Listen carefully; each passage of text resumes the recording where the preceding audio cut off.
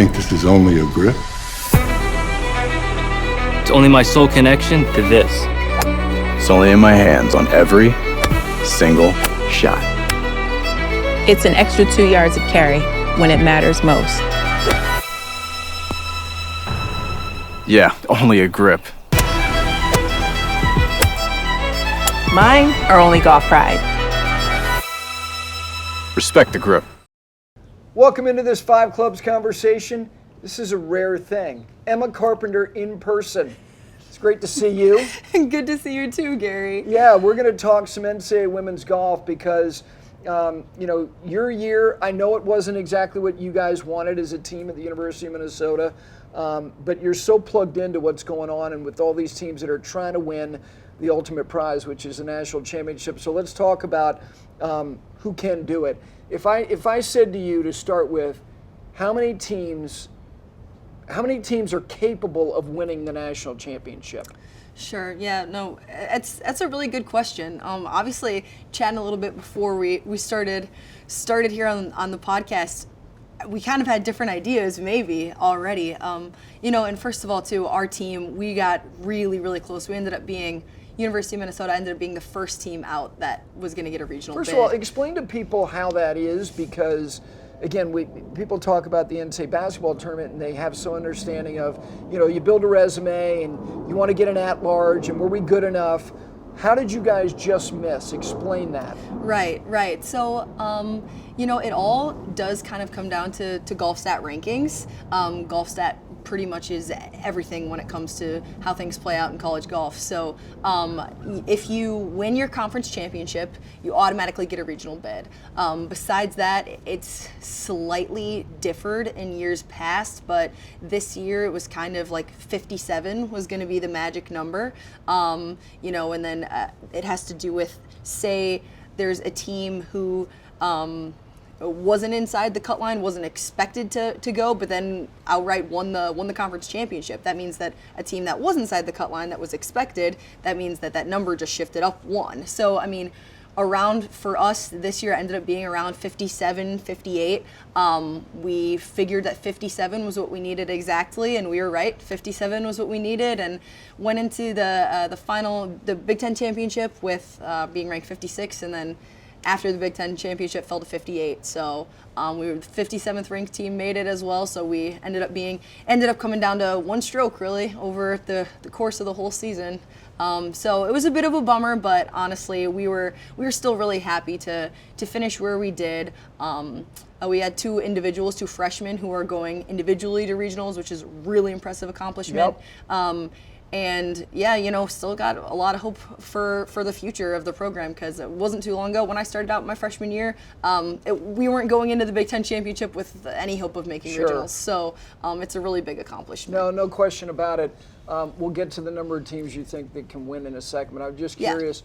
Yeah. You guys played in a lot of good tournaments this year. Yeah. Who's the best team that you saw? That we played with, or that we saw? Or that you saw.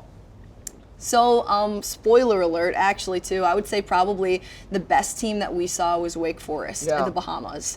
At the Bahamas, Wake Forest, they ended up winning, too. And if I were to choose a team that could win, like I plan to say, I do think that there are a lot of teams really capable of winning, especially when it comes down to match play at the end. But I think that Wake Forest has a phenomenal team this year, and what they did was really, really impressive that week. Also, just a lot of the players that I've gotten to play with too, playing as good of a schedule as we do. I played with Andrea Lignell that week, who plays for Ole Miss. She was right up at the Augusta National Women's Am. She was in second place, I believe, going into the final day, playing really well. So it really is cool, playing a good schedule, getting to see all of these teams, and at times really seeing that we can compete and stack up. So that's always fun. If I said to you the number of teams that could win it, okay, so how many teams can win it in match play, which is what it is? Right. How many would you say, total number? Well, so 30 teams go. Yep. 30 teams go make it to national championship, and then I would say realistically probably 10 have a phenomenal chance. Okay, all right. If it was stroke play, would the number be higher or lower than I think 10? that the number would be lower in Okay. stroke play, because I truly think in match play anything can happen. If you look at the way that a lot of these conference championships stack up too, and you can look at head-to-heads when teams faced each other throughout the year. So, for example, the Pac-12, they don't play a match play. Southern California won the Pac-12, but ACC, SEC in their conference championship, they play stroke play and they go to match play. Yep. Clemson won the ACC championship, and Texas A&M won the SEC championship. So it's, and like I said, Wake Forest, they're a phenomenal team. They won the stroke play of the ACC. They won by quite a few, actually. And then in match play, in the semifinals, they lost to Virginia because they lost 3-2, and 3 of those matches the girls lost 1 down. Or, then that doesn't take away from Virginia what they were able to do. That doesn't necessarily mean a fault at Sure. Wake Forest, but that means it really, it comes down to one stroke. And not saying that it can't in stroke play as well, but just, I really do think that match play, anything can happen, especially like when you look at what happened at my conference championship. Illinois, I don't want to say it was a big surprise win, but Illinois didn't necessarily have a great season. They hadn't finished inside the top 5 all season. We had just played really well against them 5 days before, but they had Crystal Wang, who's the 12th best college player, who shot 12 under for the tournament. She won the tournament by 12 strokes, and that helps your team out a lot, right? But if that's match play, that helps your team out 1 out of 5. Yep. So, it's just overall 1 through 5, every score counts just as much in match play. So it tests the depth. Yeah, of your okay, team. so with that being said, which team has the 5 best players? Which team has the 3 best? Is it the same team or is it different? I would put LSU up there, a team that's got a really, really good shot. LSU has LaTonna Stone, has Ingrid Lindblad. Yep. They're both really, really, really solid players. I know who I played with, also I think one of the best players I've ever played with out of Auburn, Megan Schofield. She finished 2nd place in her conference championship. So in the SEC's, 5 of the top 10 college teams are SEC teams. Yep. So, when you're talking 5 best players, 3 best players, it's so hard because every dog has their day too. Mm-hmm. All of these girls are so capable. That's why they made it to the point. People forget too. If you're playing in your conference championship, you got to beat out the girls on your team to even be there. Like, you got to be playing pretty good golf against other players who were recruited at just as high of a level, if not maybe even a higher level than you were.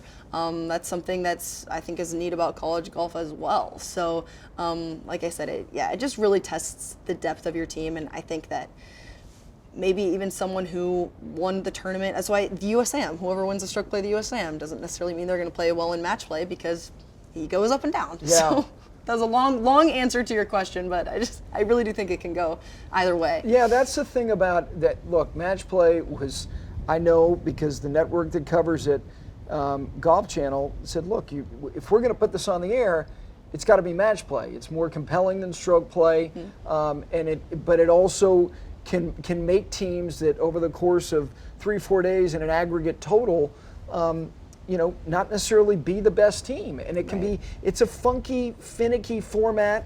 I think it's dramatic as hell. If I said to you, Wake or Stanford, on their best day, who's better? I would say right now, I would possibly take Wake. I'd probably take Wake, just because it's definitely a big loss not having Rachel Heck in the lineup right now for Stanford. I think that, that certainly takes away from the depth, either stroke play or match play. It's different. If you had asked me last year how many teams have a chance at winning the national championship, I would have said whoever can compete with Stanford that day, because honestly, last year Stanford was just so unbelievably dominant. Even stroke play to match play, the depth that they had was unbelievable. When 2 years prior, Ole Miss, I don't know what they were ranked at the time, but they were not favored to win. But 1 through 5, they were playing really well, and they could take 1 through 5 Oklahoma State that year. Yep. Who also, they've got a really great team this year. They've got a shot just as much. So. Yeah, when you look at where women's golf is and women's college golf, when you add in the Augusta National Women's Amateur, and you see, you see these Rose, who is sensational, doing what she did. I don't care what happened on the last day. I mean, she had enormous pressure on her to close that out. From when you started, and you're going to go back to the University of Minnesota, from where you started to where it is right now, how much better is the overall depth of women's college golf in 2023 than it was 3-4 years ago? Oh my gosh. I love that you asked that question, because when I committed to play for the University of Minnesota the summer after my sophomore year of high school, everyone was telling me, oh, great choice. I hear it's so easy to get a women's golf scholarship.